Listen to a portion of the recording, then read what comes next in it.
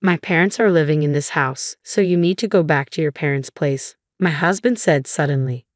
I was taken aback by his words. He seemed to think he was making perfect sense. What now? You got complaints? Don't argue with what I'm saying. I'm totally okay with divorcing you, he asserted. Lately, he'd been cold to me, and I had my own grievances.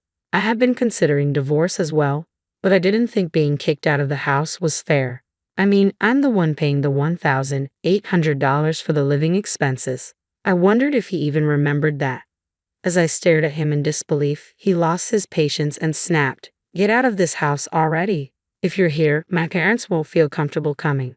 I truly didn't understand why I had to leave, but I said, "All right, I'll take everything I bought with me." Once I agreed, my husband, contented, said, "Get on with it then," and left.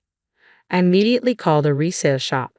"My name is Emily. I currently live with my husband Robert, who's 5 years my senior. We met when mutual friends introduced us, and we unexpectedly bumped into each other while hanging out with them.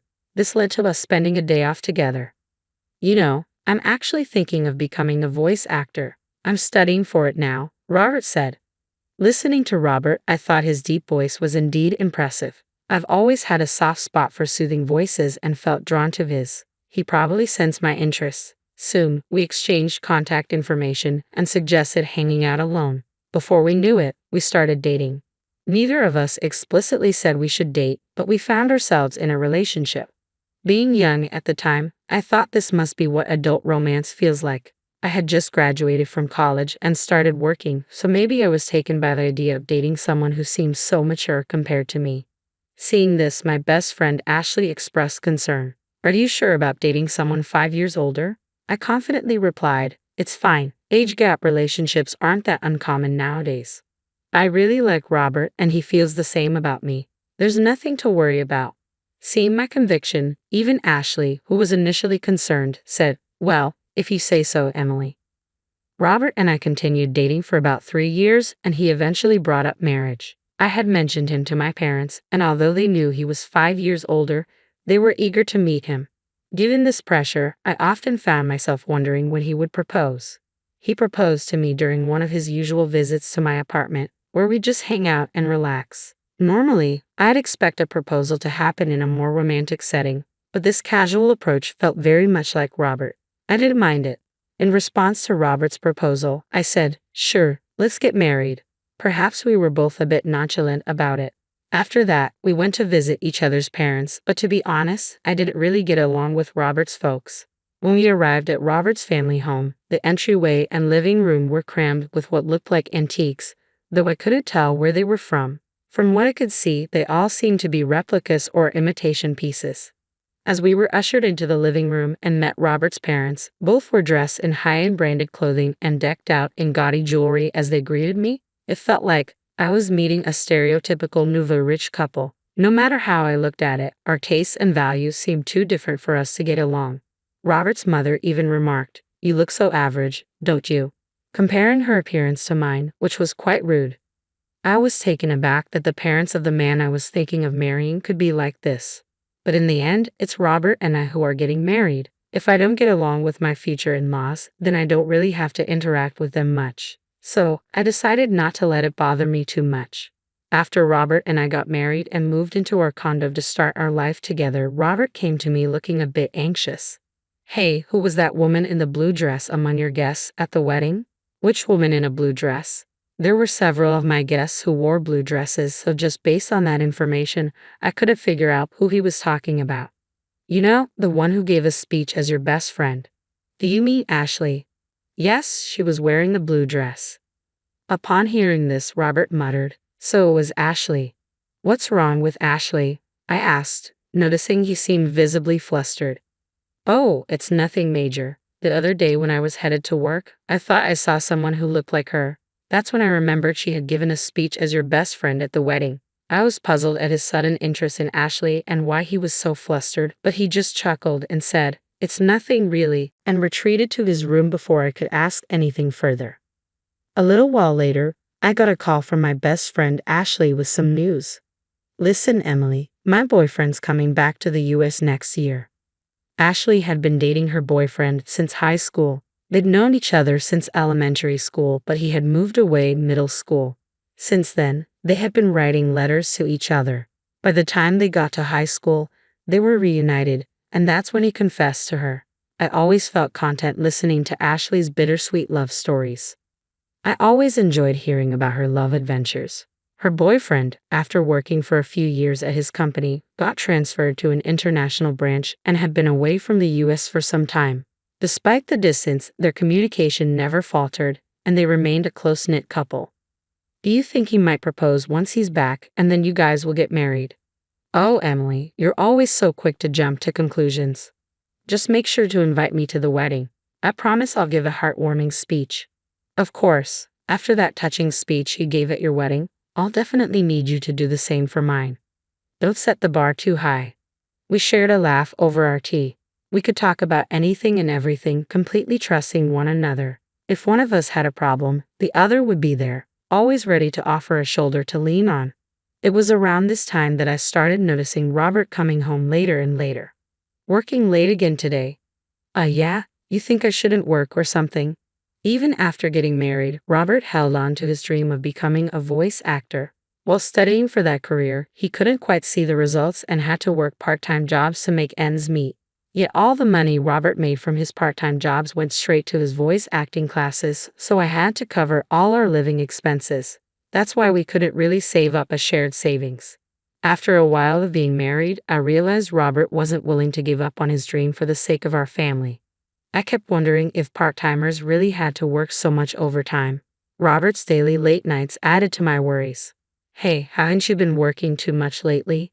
They shouldn't be making you do so much overtime, even if it's just a part-time job. I told you, I'm fine. More money is always better. Just keep your opinions to yourself. By that time, Robert had stopped calling me by my name and just referred to me as you. When we got married, I genuinely believed he would speak to me more gently and frequently, but after our marriage, I ended up hearing harsh words from him most of the time. The once gentle and deep voice of Robert had turned solely into a harsh one.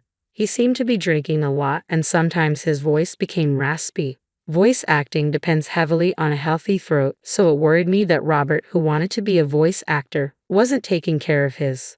But even that seemed to bother him. Slowly, he began to avoid talking to me, and eventually, he would ignore me even when we crossed paths at home. That's when I got a call from Ashley. She said she had something to discuss, so I suggested we meet up since I had my own concerns. We decided to chat in a karaoke booth so that no one could overhear us. Ashley seemed very cautious and had specifically reserved a room where she could see the counter and staff from the door. You specifically chose this room? Yes, I wanted a spot where the staff could see if there was a suspicious person outside our door. A suspicious person? Is that related to what you wanted to discuss? At my words, Ashley nodded. She had felt like someone was following her ever since she left her job about a month ago. Now she even felt followed on her days off. The reason Ashley had chosen a room where the staff could easily see was that she thought the person stalking her might try to eavesdrop on our conversation. Did you talk to the police about it? I tried, but since there's no actual contact, they can't do much. What about your boyfriend? He's coming back in a month. I thought I'd discuss it with him too, but I wanted to talk to you first. Someone close by. I see.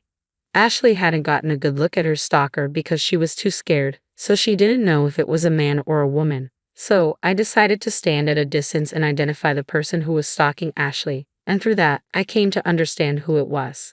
Although I could have discussed my rocky relationship with Robert in retrospect, maybe it was for the best, because the one following my best friend Ashley was none other than my husband Robert. He would tell me he had to work overtime daily, but after finishing his shift, he would lurk near Ashley's workplace and tail her when she left. I couldn't believe that the person scaring Ashley was someone so close to me. When I found out, I was beside myself.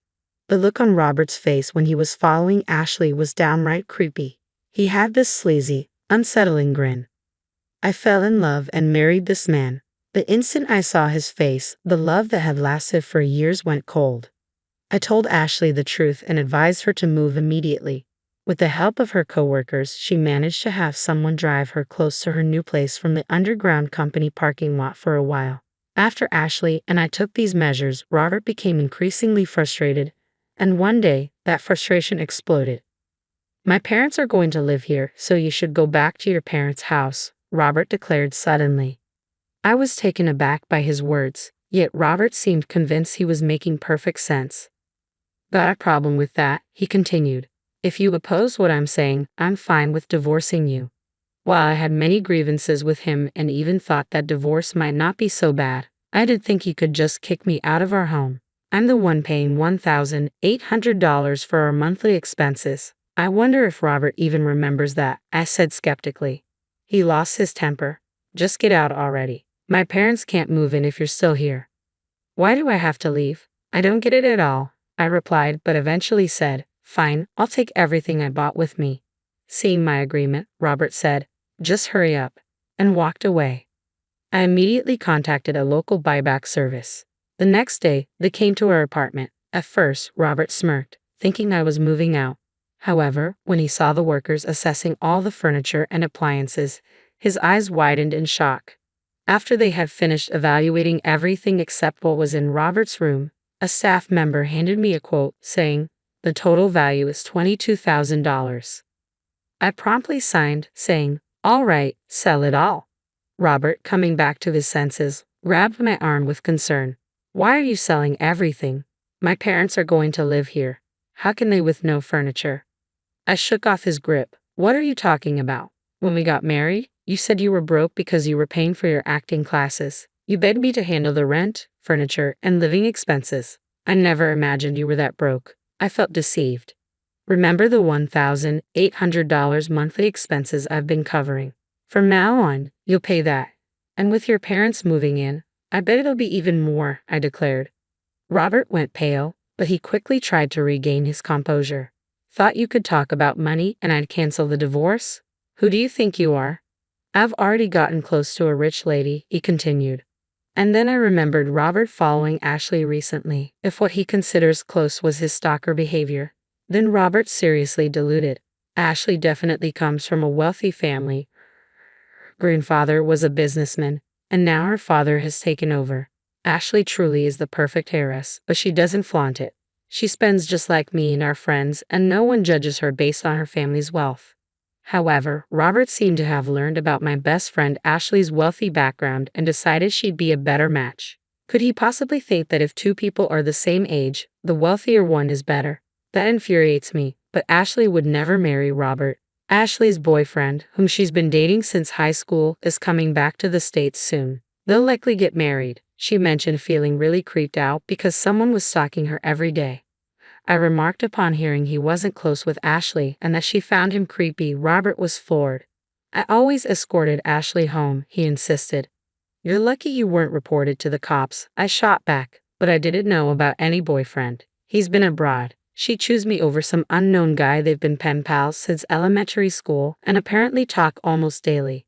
And unlike you, who's only been working part-time jobs, her boyfriend is a successful man recognized even by her father.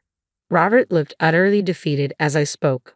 When the buyback workers had taken all the furniture and appliances, he seemed to recover somewhat. Guess you are all I have. You'll support my dream of becoming a voice actor forever, right? He asked, striking a pose. I gave him a cold look and said, excuse me, I've already been to the divorce lawyer's office and started the process. Let's communicate through our attorneys from now on. Robert, perhaps thinking I still had feelings for him, clung to my waist. Don't say things like that. Haven't we been getting along all this time? Getting along? When? Ever since you found out my best friend Ashley is a wealthy heiress, you've been cold to me and started hanging around her. Right after I married you. I realized it was a mistake. Robert started crying like a child, even though he's 5 years older than me. Seeing him cry like that only made my already dwindling affection for him drop even further. At this point, I couldn't stand being in the same room with him. Just cut it out. Oh, by the way, I told your uncle who's letting us rent this apartment about our divorce. My uncle? You know he's strict, right? Well, I've been paying all the rent and living expenses until now. So when I told him you might not be able to afford it if I leave, he said he'd make you work for him. That means I won't be able to continue my voice acting studies. You hardly ever practice anyways. Maybe it's time to face reality. Anyway, if you come near Ashley again, I'll report you to the police immediately. Goodbye. I left the house, determined to never look back. I plan to return to my parents' house for now, but I'm thinking of moving closer to my job if I find a good place. As for Robert, it seems his uncle kept his word and made Robert work at his company. Soon after, Robert's parents, who had been planning to leech off their son after he married the wealthy heiress, also moved into the apartment. They too were taken to work at the uncle's company. Seems like the whole family had a habit of taking advantage of others. I'm just glad I was able to get away from such a toxic family. Age difference doesn't really matter, but I think I need to choose my next partner more carefully. On another note, after things with Robert settled, I received a wedding invitation from Ashley herself. She introduced me to her longtime boyfriend, and I truly wish them all the best. My first marriage didn't work out, but I hope Ashley's marriage will last for many years to come.